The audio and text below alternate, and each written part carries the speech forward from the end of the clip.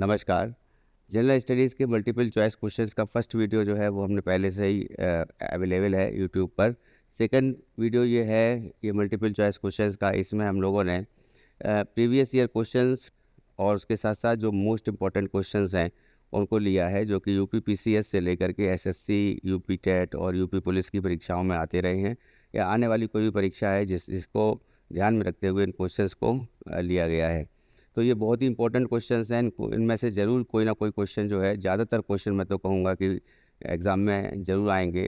तो आप लोग ये वीडियो जो है पूरा देखिएगा और सारे क्वेश्चंस का एक्सप्लेनेशन मैं भी दूंगा। तो स्टार्ट करने से पहले मेरा सभी से कहना है कि ये आप लोग, जिन लोगों ने अभी तक चैनल सब्सक्राइब नहीं किया है, चैनल सब्सक्राइब कर लें और बेल आइकन दबा दें, ताकि जैसे ही नया वीडियो अपलोड हो उसकी जानकारी आपको मिल जाए। और वीडियो को शेयर भी करें ताकि और लोगों तक भी हमारी पहुँच बन सके। स्टार्ट करते हैं। निम्नलिखित में से कौन उष्णकटिबंधीय मरुस्थल नहीं है? उष्णकटिबंधीय मरुस्थल कहने का मतलब है भूमध्य रेखा के पास जो जलवायु पाई जाती है वो उष्णकटिबंधीय जलवायु पाई जाती है, 0 से 30 डिग्री तक। तो इसमें अरबिया मरुस्थल दे रखा है, ये उष्णकटिबंधीय मरुस्थल है सऊदी अरब में। अटाकामा चिली में है, ये भी जो है उष्णकटिबंधीय मरुस्थल है। कालाहारी मरुस्थल बोत्सवाना में है, अफ्रीका में, ये भी उष्णकटिबंधीय मरुस्थल है। गोबी मरुस्थल जो है ये चाइना और मंगोलिया की सीमा पर पड़ता है, और ये मरुस्थल जो है इसमें टेम्परेचर जो है 0 डिग्री से -40 डिग्री तक भी कभी कभी चला जाता है। तो गोबी मरुस्थल जो है इसका राइट आंसर हो जाएगा। नेक्स्ट आते हैं, जनसंख्या नियंत्रण व परिवार नियोजन विषय भारतीय संविधान के अंतर्गत किस सूची में शामिल है? ये है समवर्ती सूची में शामिल। देखिए, जो सूचियां हैं, अनुसूचियां हैं संविधान की, उन अनुसूचियों में 7वीं अनुसूची जो है, 7वीं अनुसूची, और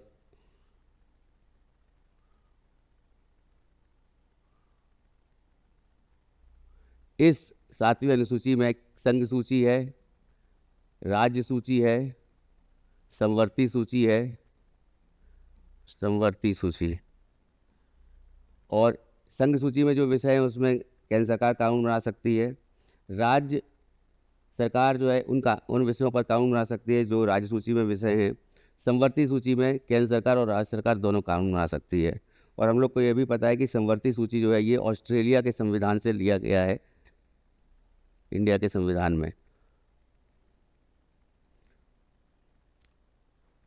तो यहाँ पर जो है, जो समवर्ती सूची है, तो इसमें जो है जनसंख्या नियंत्रण और जो परिवार नियोजन है ये इसी में आता है। साथ साथ में शिक्षा, ये भी समवर्ती सूची का विषय है, इसको भी याद रखिएगा। नेक्स्ट आते हैं। अच्छा, इसमें एक अवशिष्ट सूची भी है। अवशिष्ट सूची कहने का मतलब है कि एक अलग से सूची जोड़ी गई, और वो जो है बेसिकली साइबर अपराध को लेकर के है। साइबर कानून से संबंधित जो भी कानून बनते हैं तो वो इस सूची में, रेजिडुअल जो सूची है उसमें डाले जाते हैं। जीन या जाइन नामक प्रोटीन जो है ये किस फसल से संबंधित है? Zein protein is related to which crop? ये है मक्का की फसल से संबंधित। नेक्स्ट है, भारत को कुल कितने कृषि जलवायु क्षेत्रों में बांटा गया है? भारत को कुल 15 कृषि जलवायु क्षेत्रों में बांटा गया है। इसको जरूर याद रखिएगा, ये इंपॉर्टेंट क्वेश्चन है। ये सभी क्वेश्चन जो हैं मोस्ट इंपॉर्टेंट हैं, आ चुके हैं पिछले एग्ज़ाम में। तो अगर उत्तर प्रदेश की बात करें तो उत्तर प्रदेश में कितने कृषि जलवायु क्षेत्र हैं? तो वो हैं 9। ये उत्तर प्रदेश में कृषि जलवायु क्षेत्र हैं। भारत में टोटल जो है 15 कृषि जलवायु क्षेत्र हैं। नेक्स्ट है, निम्नलिखित में से कौन भ्रंश से संबंधित है? Which one of the following is associated with a fault? अब भ्रंश कब बनता है? जब मान लीजिए कोई भूमि है और उसमें जो है एक तरह से एक्सपेंशन हो जाए, और इससे जो है ये बीच का जो पार्ट है वो दरार में बदल जाए या भ्रंश में बदल जाए। तो यहाँ पर जो ये स्थलाकृति फॉर्म होती है यहाँ पर, वो ग्राबेन कही जाती है। ग्राबेन। तो आंसर हो जाएगा इसका डी वाला। नेक्स्ट आते हैं, पुच्छल तारे जो है ये कॉमेट्स को बोला जाता है। तो पुच्छल तारे की पूंछ की दिशा सदैव होती है, तो tail of the comets always points. अब इसमें देखते हैं चार ऑप्शन, सूर्य से दूर होती है कि सूर्य की ओर होती है, उत्तर पूर्व की ओर होती है, दक्षिण पूर्व की ओर होती है।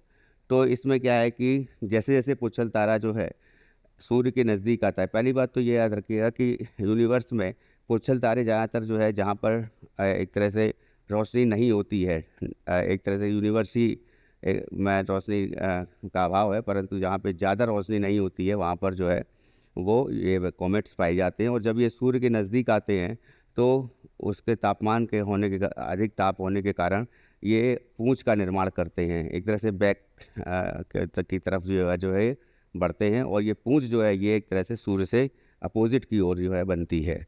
तो सूर्य की ओर ये सूर्य से दूर, ये आंसर इसका जो है always away away from the sun, ये आंसर इसका हो जाएगा सूर्य से दूर। नेक्स्ट है, निम्नलिखित में से किसी सही सुमेलित नहीं है, which one of the following is not correctly matched. तो यहाँ पे चार इस्पात संयंत्र दे रखे हैं और ये पूछा गया है कि कौन सा इस्पात संयंत्र जो है कहाँ पर लोकेशन है उसकी, लोकेटेड है। तो पहला है भिलाई इस्पात संयंत्र, ये छत्तीसगढ़ में है, बिल्कुल सही है। राउरकेला इस्पात संयंत्र उड़ीसा में है, ये भी सही है।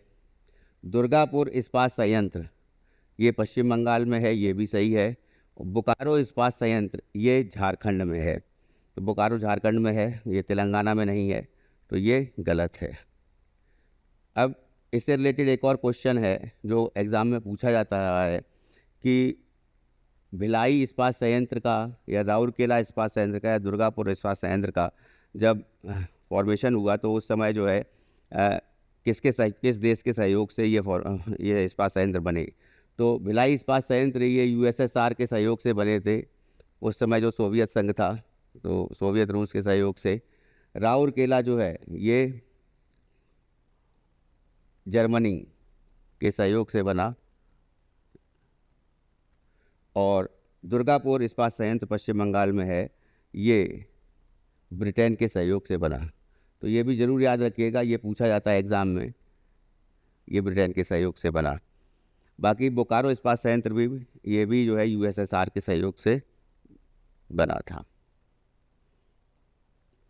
नेक्स्ट आते हैं, लाल मिट्टी रेड सॉइल का सर्वाधिक विस्तार किस राज्य में है। देखिए रेड सॉइल जो है वो एक तरह से जहाँ पे पूर्वी घाट है उसके बाद में जो एरिया पड़ता है वो रेड सॉइल का एरिया पड़ता है, ज़्यादातर जो है तंबाकू की खेती जो है उसमें करी जाती है। तो यहाँ पर जो है लार्जेस्ट डिस्ट्रीब्यूशन पूछा गया है कि which state red soil has the largest distribution. तो आंसर है इसका तमिलनाडु। तमिलनाडु में सबसे ज़्यादा रेड सॉइल पाई जाती है, और उसके बाद जो है तेलंगाना और आंध्र प्रदेश में, फिर आंध्र प्रदेश में, फिर उसका तेलंगाना में। नेक्स्ट आते हैं, ग्रीष्म ऋतु के दौरान कर्नाटक में तड़ित झंझा से होने वाली वर्षा को क्या कहा जाता है। तो ग्रीष्म ऋतु में जो तड़ित झंझा होती है उसको चेरी ब्लॉसम कहा जाता है। अब यहाँ पर ये है कि उद्यान वृष्टि कोई बारिश नहीं होती है। काल बैसाखी ये भी ग्रीष्म ऋतु में होती है, ग्रीष्म ऋतु में होती है। और चेरी ब्लॉसम ये भी ग्रीष्म ऋतु में होती है। ये बेसिकली क्या होती है, जहाँ पर कह सकते हैं कि केरला का जो एरिया है या जहाँ पर कॉफ़ी प्लांटर जो होते हैं कि कॉफ़ी की खेती होती है, रोपड़ कृषि होती है कॉफ़ी की, तो उसको जो है चेरी ब्लॉसम कहा जाता है। तो उसकी वो जो बरसात होती है जो कॉफ़ी के लिए, तो वो 200 सेंटीमीटर से अधिक जो वर्षा होती है, मोस्टली जो होती है 250 सेंटीमीटर से अधिक वर्षा जो है कॉफ़ी के लिए चाहिए होती है, कॉफ़ी की खेती के लिए। तो उसके लिए जो है ये बरसात जो होती है केरल तट पे, और साथ साथ में ये जब मानसून आने से पूर्व में जो बरसात होती है, तो केरल के साथ साथ कर्नाटक, और कर्नाटक का जो कुछ एरिया है जो चेरी ब्लॉसम के अंतर्गत आता है, जहाँ पर कॉफ़ी प्लांट मतलब कॉफ़ी की खेती होती है। तो बेसिकली मडिकेरी या फिर कोडगु डिस्ट्रिक्ट वहाँ पर होता है, जो कोडगु डिस्ट्रिक्ट जो है वो कर्नाटक में ही है। उसके बाद है मैंगो शावर। मैंगो शावर क्या है ये कि आम्र वर्षा। तो आम की जो फसल है या कह सकते हैं आम जो है आम के पेड़ हैं, तो उन पर जो है जब आम पकने लगते हैं तो उससे पहले जो वर्षा होती है उनको पकने का संकेत देती है, तो वो वर्षा जो है मैंगो शावर होती है। ये भी साउथ इंडिया में ही वर्षा होती है, इसको मैंगो शावर के नाम से जाना जाता है। काल बैसाखी जो है ये नॉर्थ इंडिया में होती है। बेसिकली इसको लू भी कह सकते हैं, मई जून में चलने वाली गर्म हवा जो होती है वो काल बैसाखी होती है। इसका आंसर हो जाएगा चेरी ब्लॉसम। नेक्स्ट आते हैं, मृदा में जल की मात्रा कितने प्रतिशत होती है? मृदा में जल की मात्रा 25% होती है, इसको याद रखिएगा। नेक्स्ट आते हैं, हिमालय क्षेत्र में शंकु वन मिलते हैं। Conifer forest. कॉनिफर फॉरेस्ट कहने का मतलब है जो कि ऐसे फॉरेस्ट हैं जो कि कोणधारी वन जिनको कहा जाता है, टैगा जलवायु जिनमें होती है, टैगा। ये वन जो होते हैं एक तरह से कॉनिकल शेप ले लेते हैं। इनके पेड़ जो होते हैं यहाँ पर ये कॉनिकल शेप के होते हैं, और ये बेसिकली कैसे जैसे जैसे हम लोग ऊपर जाते हैं पर्वत पे, और वैसे वैसे जो है जलवायु बदलती जाती है, या वहाँ पर जो है वर्षा जो है वो वर्षा बदलती जाती है। वर्षा सेंटीमीटर के हिसाब से जो है 200 सेंटीमीटर की वर्षा होती है जो सदाबहार वनों के लिए चाहिए होती है। सदाबहार वन फिर जैसे जैसे ऊपर जाते हैं हाइट बढ़ती है, तो वैसे वैसे पहले जो है उष्णकटिबंधीय सदाबहार वन पाए जाते हैं, फिर उसके ऊपर जो है उष्णकटिबंधीय जो पर्णपाती वन है, पहले आर्द्र पर्णपाती वन फिर शुष्क पर्णपाती वन पाए जाते हैं, फिर उसके बाद में तैगा जलवायु पाई जाती है, और फिर घास भूमियाँ पाई जाती हैं, और घास भूमियों के बाद में फिर उसके बाद जो है बर्फ़ जो होती है वो पड़ी होती है, ऊंची चोटियाँ होती हैं पर्वतों की, वहाँ पर जो है बर्फ़ होती है, तो वो जो बर्फीला जो स्थान बोला जाता है या फिर वो जगह जो बोली जाती है या वो क्षेत्र जो बोला जाता है पर्वतों पर, वो टुंड्रा बोला जाता है। तो 2500 से 4500 मीटर की ऊंचाई के बीच में, बिटवीन 2500 टू 4500 मीटर की ऊंचाई के बीच में जो है ये टैगा जलवायु जो है ये पाई जाती है, और कॉनिफेरस फॉरेस्ट जो है पाए जाते हैं, शंकुधारी वन जो है पाए जाते हैं। फर इसका एक उदाहरण ले सकते हैं। निम्नलिखित राज्यों में से किस राज्य में सिनकोना वृक्ष नहीं उगता है? सिनकोना वृक्ष एक क्वेश्चन जो है अभी हमने ज्योग्राफी जब पढ़ाई तो हमने आपको बताया था कि सिनकोना वृक्ष जो है ये एक तरह से सदाबहार वन में आता है, एवरग्रीन फॉरेस्ट होता है, वह ये सिनकोना वृक्ष पाया जाता है। तो ये बेसिकली जैसे आसाम में तो बारिश सदाबहार वन के लिए निश्चित बात है कि 200 सेंटीमीटर से ज़्यादा वर्षा चाहिए होगी, तभी जो है सदाबहार वन वहाँ पे पनपेंगे। तो असम में भी चूँकि मानसून जो है बंगाल की खाड़ी से टकराता है, और उसके बाद जो है मानसून का इफ़ेक्ट जो है असम में ज़्यादा रहता है, वहाँ पर भी वर्षा जो है असम में या मेघालय में या पूर्वोत्तर राज्यों में वहाँ पर वर्षा ज़्यादा होती है। तो ज़्यादा वर्षा होने के कारण वहाँ पर सदाबहार वन पाए जाते हैं। तो सिनकोना वृक्ष जो है यहाँ पे उगता है। दूसरा, केरल में भी पाए जाते हैं, क्योंकि यहाँ पर भी जो है 1 जून को मानसून आ जाता है, और उसके वहाँ पर जो तटीय क्षेत्र है वहाँ पर भी जो है वर्षा 2 सेंटीमीटर से ज़्यादा ही होती है। तीसरा है छत्तीसगढ़। छत्तीसगढ़ में ये 2 सेंटीमीटर से ज़्यादा वर्षा नहीं होती है, ये अंदरूनी इलाका होता है भारत का। तो यहाँ पर जो है ये सिनकोना वृक्ष जो है ये नहीं पाए जाते हैं, तो आंसर इसका हो जाएगा सी वाला। और पश्चिम बंगाल में भी सिनकोना वृक्ष पाए जाते हैं।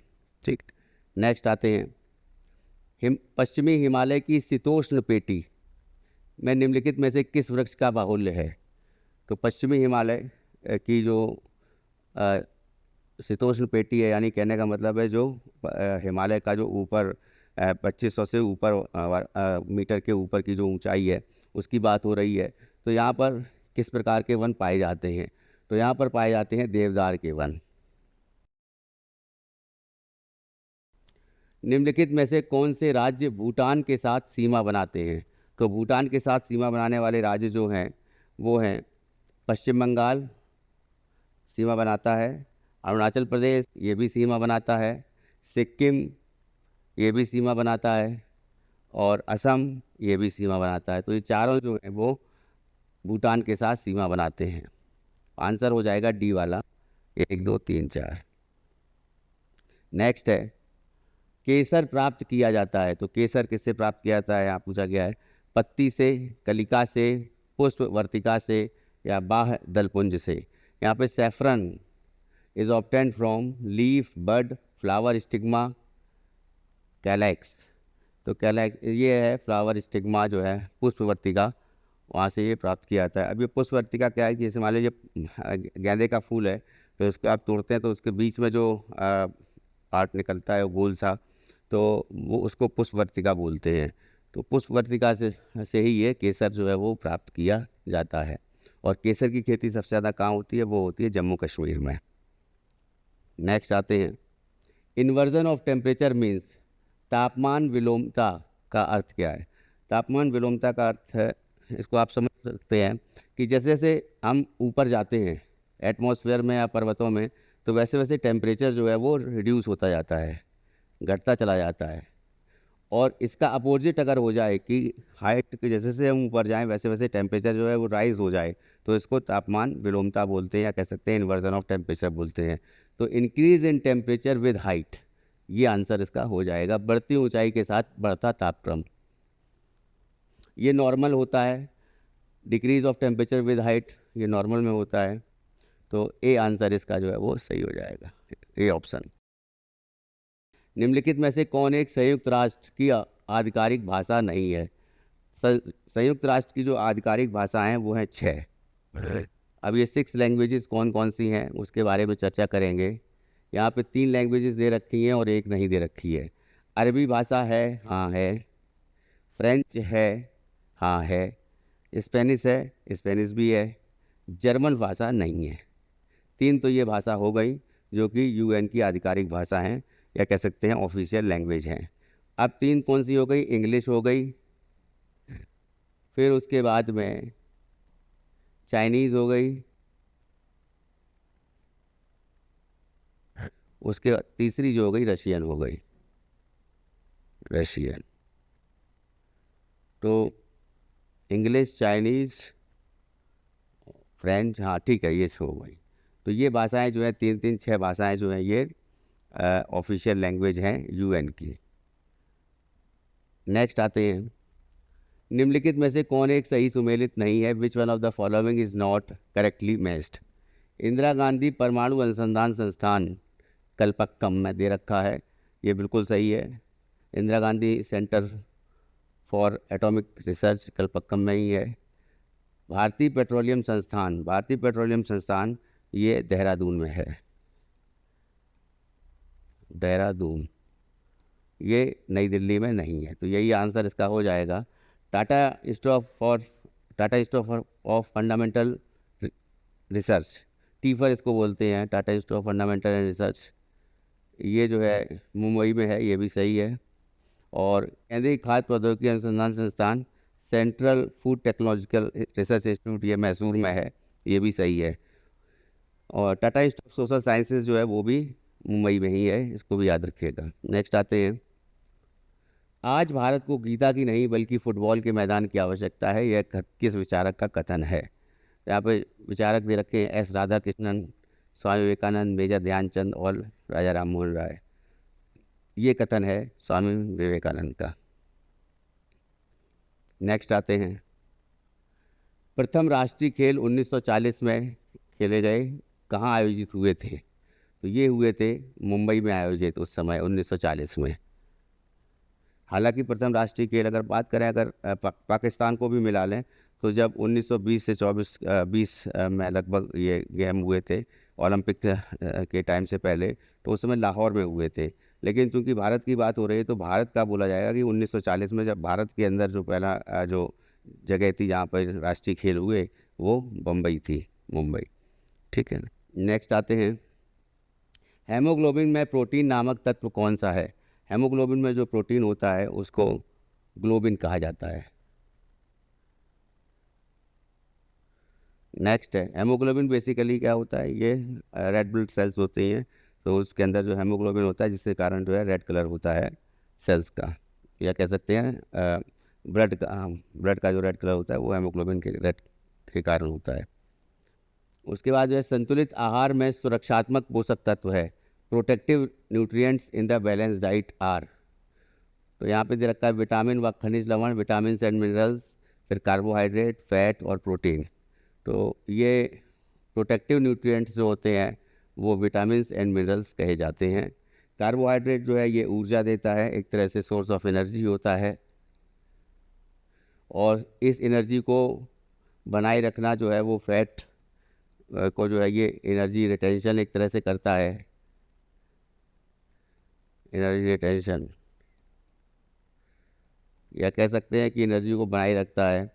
और प्रोटीन जो है, प्रोटीन बेसिकली ये ऑक्सीजन, हम लोग सांस लेते हैं तो ऑक्सीजन लेते हैं, तो ऑक्सीजन जो है उसको, उसका ट्रांसपोर्टेशन एक जगह से दूसरी जगह जो है वो प्रोटीन करता है, ट्रांसपोर्टेशन ऑफ ऑक्सीजन। नेक्स्ट है सेफर विधि का प्रयोग किया जाता है। Safer method is used for टांग की हड्डी टूटने पर, फ्रैक्चर्ड लेग बोन्स, रोगी के पानी में डूबने पर, समवन हु इज़ ड्राइंग, पसली की हड्डी टूटने पर, फ्रैक्चर्ड रिब और सामान्य मूर्छा आ जाने पर, अनकॉन्शियसनेस।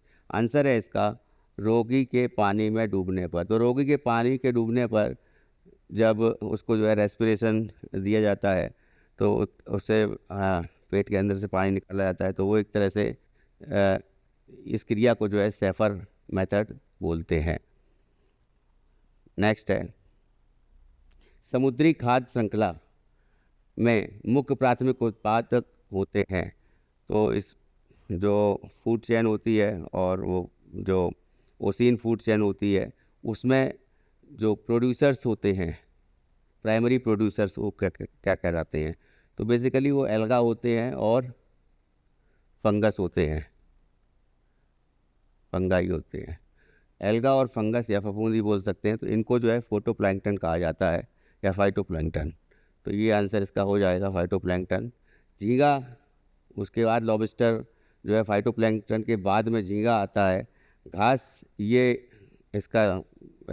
समुद्री खाद्य श्रृंखला में नहीं होता है। घास जो है ये स्थलीय खाद्य श्रृंखला में होता है। शार्क ये बड़ी मछली है। तो पहले क्या होता है कि फाइटोप्लैंक्टन होते हैं सबसे प्राइमरी प्रोड्यूसर, फिर उसके बाद लॉबस्टर झींगा मछली आती है, फिर उसके बाद जो है शार्क हो गई, बड़ी मछली आ गई, तो छोटी मछली फिर बड़ी मछली। ठीक है, तो आंसर इसका हो जाएगा ए। नेक्स्ट आते हैं अंतर्राष्ट्रीय सौर गठबंधन का मुख्यालय अवस्थित है। ये भी बहुत बार पूछा जा चुका है, पीसीएस में भी पूछा जा चुका है। तो अंतर्राष्ट्रीय सौर गठबंधन का मुख्यालय जो है वो गुरुग्राम में है।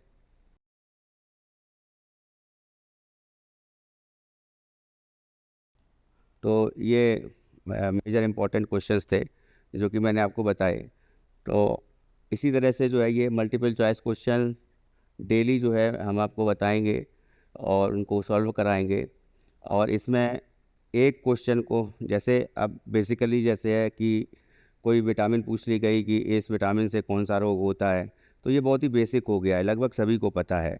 तो हम क्या करेंगे कि या तो उसको सुमेलित करो, या तो उसमें जो है कि इनमें से कौन एक सही नहीं है, या उसका जो फॉर्मेशन ऑफ क्वेश्चन है वो हम चेंज कर देंगे, ताकि जो है आपकी बेहतर तैयारी हो सके। और जब MCQ जब हम लगवाएं तो भी जो है आपको और उसको जो है जानकारी बेहतर तरीके से दी जा सके और बेहतर तरीके से उसको एक्सप्लेन कर सकें, ताकि आपको जो है जो भी आपको जानकारी मिले वो पुख्ता जानकारी मिले। और आप जो है एग्ज़ाम जब